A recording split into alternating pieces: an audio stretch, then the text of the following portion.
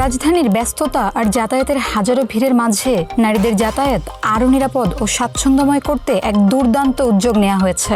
সরকারি নির্বাচনী ইশতেহার বাস্তবায়নের অংশ হিসেবে এবং পরিবহন খাতে নারীদের কর্মসংস্থান বাড়ানোর লক্ষ্যেই এই যুগান্তকারী পদক্ষেপ নেওয়া হয়েছে।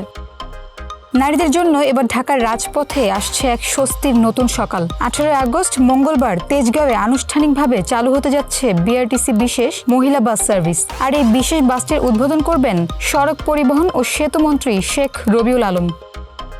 গোলাপি রঙের এই বিশেষ বাসগুলোর সবচেয়ে বড় আকর্ষণ হলো এর পুরো পরিচালনা প্যানেল। এই বাসে চালক থেকে শুরু করে কন্ডাক্টর সব পদে দায়িত্ব পালন করবেন কেবল নারীরাই। এর ফলে শুধু নারী যাত্রীরাই যে নিরাপদে এবং কোনো ধরনের অস্বস্তি ছাড়াই গন্তব্যে পৌঁছাতে পারবেন তা নয়, বরং পরিবহন খাতে নারীদের সক্রিয় অংশগ্রহণ এবং কর্মসংস্থানের এক নতুন দিগন্ত উন্মোচিত হবে। দীর্ঘদিন ধরে নারীদের গণপরিবহনে যে ভোগান্তি পোহাতে হতো, এই সার্ভিসটি তা অনেকটাই কমিয়ে আনবে বলে আশা করা হচ্ছে।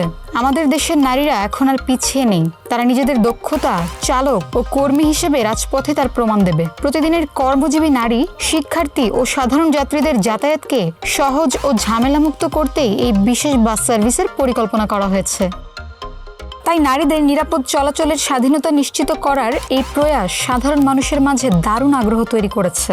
ঢাকার রাস্তায় শুরু হচ্ছে এক নতুন বিপ্লব। এই গোলাপি বাসগুলো শুধু এক প্রান্ত থেকে অন্য প্রান্তে যাত্রী বইয়েই নিয়ে যাবে না, বরং সমাজে নারীর ক্ষমতায়নের এক শক্তিশালী বার্তা পৌঁছে দেবে। ঋতু শেখ, মানব কণ্ঠ।